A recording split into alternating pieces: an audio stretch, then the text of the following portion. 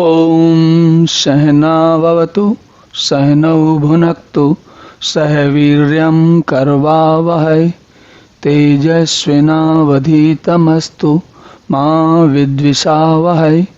ओम शांति शांति शांति।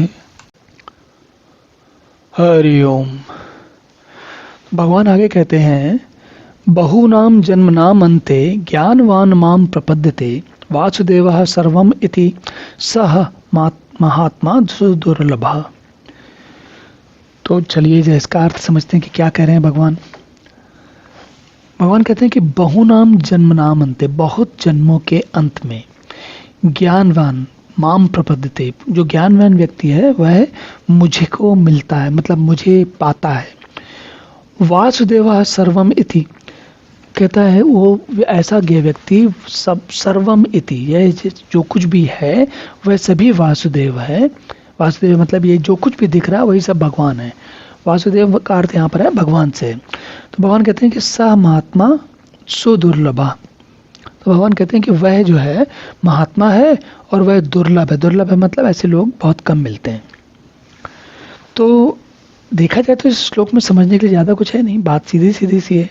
क्या कि तत्व ज्ञानी या ज्ञान को वास्तव में जानना या भगवान को उनके वास्तविक स्वरूप में, या यह जानना कि सारा जो कुछ जगत में दिख रहा है वह सब असल में परमात्मा ही है, वासुदेव ही है और कुछ भी नहीं है, यह जानना और उसको भजना। भजना मतलब देखिए, हमने पहले भी भजना शब्द के बारे में बात की थी। भजने का अर्थ होता है जिस पर आपका बार बार ध्यान जाए, जो सहज आपको आपका स्वभाव बन जाए, सहज आपको वही याद रहे, वही आपके आसपास घटित होता रहे। अब इसको भजने को जरा एक उदाहरण लेते हैं। आप सोच कर देखिए, मान लीजिए कि एक साधारण व्यक्ति है, साधारण व्यक्ति मतलब हम उनमें से हम सभी साधारण हैं, लेकिन एक साधारण व्यक्ति है। तो वह पैदा होता है, पैदा होने के बाद थोड़ा बड़ा होता है, तो लड़का है लड़की है, तो उसे धीरे धीरे समझ में आता है 2-4 साल 10-15-12 साल की उम्र के होते होते कि जो कुछ भी दुनिया में आपको प्राप्त करना है उसके लिए पैसा चाहिए। तो ये 10-12 साल के बच्चे या लड़की की बात है, और वो 20-1 साल होते होते 20-22 साल होते होते वो कोई नौकरी ढूंढ लेता है, कोई व्यवसाय कर लेता है, अच्छी पढ़ाई करके बहुत पैसे कमाने वाली कोई नौकरी ढूंढ लेता है। तो अब देखिए, बचपन में 10-12 साल की उम्र के बाद से धीरे धीरे उसका समझ में आना शुरू होता है कि भाई पैसे से सारा काम चलता है। तो वो क्या करता है, ये स्वाभाविक है, 10-12 साल का बच्चा पैसे के बारे में उतना नहीं सोचता। लेकिन वही बच्चा जब 22-23 साल का हो जाता है तो क्या होता है, उसे समझ में आता है कि मुझे अगर पार्टी करना है तो पैसे चाहिए, मुझे जगह जगह घूमना है तो पैसे चाहिए, मुझे कार खरीदना है तो पैसे चाहिए, मुझे घर खरीदना है तो पैसे चाहिए, मुझे जीवन में नए नए प्रकार के सुख साधन, नए गैजेट खरीदने तो पैसे चाहिए। और उसके बाद क्या होता है, 22-23 साल की उम्र से युवक युवती जीवन पर्यंत सारे कार्य किस लिए करता है कि वो पैसा कहाँ से आएगा। आप सोच कर देखिए, सुबह से शाम हम क्या सोचते हैं। जो अगर हमारा कोई मित्र है या मतलब महिला है या पुरुष है, मित्र शब्द नपुंसक होता है और नपुंसक का अर्थ होता है, नपुंसक से यहाँ अर्थ होता है, मित्र शब्द का अर्थ होता है महिला या पुरुष दोनों के लिए लगता है। ऐसा नहीं होता कि महिला मित्र या पुरुष मित्र, उसकी कोई आवश्यकता नहीं थी, क्योंकि मित्र शब्द का अर्थ ही होता है पुरुष या नारी दोनों। तो मान लीजिए कोई हमारा मित्र है, अब वो मित्र, उसके साथ हम जब कोई अपना योजना बनाते हैं तो हम क्या करते हैं, पैसा चाहिए हमको, और हम अपने जो मित्र व्यवहार भी करते हैं उसमें भी हर जगह हम धन के बारे में सोचते रहते हैं।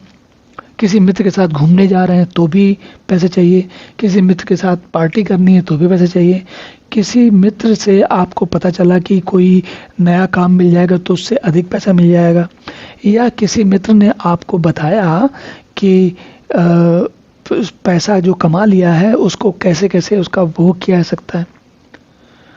तो मैं यहाँ पर मित्र की बात इसलिए लाया केवल क्योंकि हम सभी जीवन में किसी न किसी समय विवाह करते हैं और विवाह करने के बाद हम और हमारा मित्र क्या करते हैं? एक ही चीज को भज रहे हैं हम जीवन भर। क्या है वो चीज? धन। धन को क्यों भज रहे हैं?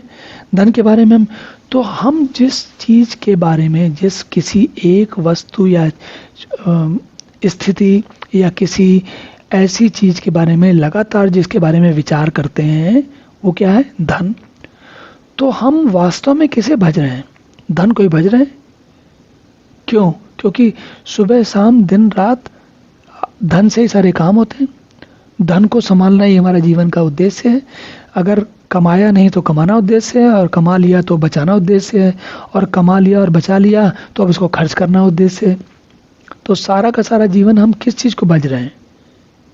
हम सुख को भी नहीं भजते, हम असल में धन को भजते हैं। सुख को तो कभी कभी भजते हैं, क्योंकि आपने देखा होगा, हम जैसे आज के समय में देखिए आप, तो सामान्य जो नवयुवक या युवती है वह रात्रि में देर तक काम करता है या फिर देर तक पार्टी करता है, फिर सुबह उठकर गिरते पड़ते, बड़े थके हुए, बहुत ऊँघते, आलस से अपने उठाता है और दौड़ता दौड़ता जाता है, काम करता है। तो काम किस लिए कर रहा है? उसका मन नहीं कर रहा, वो चाहता नहीं है, लेकिन वो भज किसको रहा है? वो धन को भज रहा है, इसलिए दौड़ रहा है।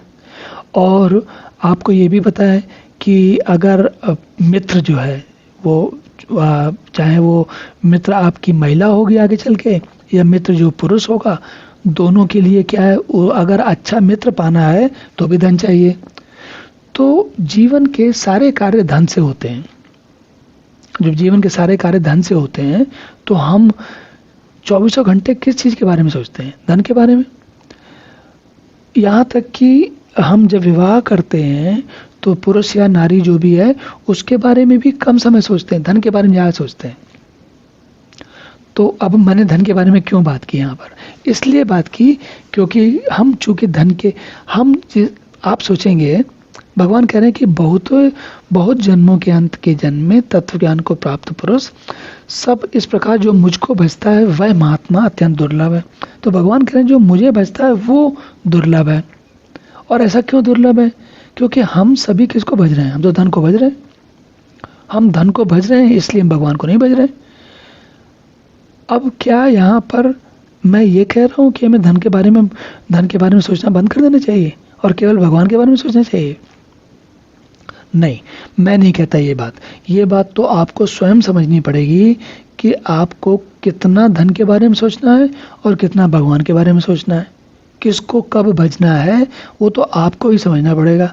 मेरा काम अभी तो केवल इतना ही है कि मैं आपको याद दिला दूं कि आप क्या भज रहे हैं और क्या भजना चाहिए। चलिए अब अगला श्लोक देखते हैं। ओम पूर्णमदः पूर्णमिदं पूर्णात् पूर्णमुदच्यते पूर्णस्य पूर्णमादाय पूर्णमेवावशिष्यते। ओम शांति शांति शांति।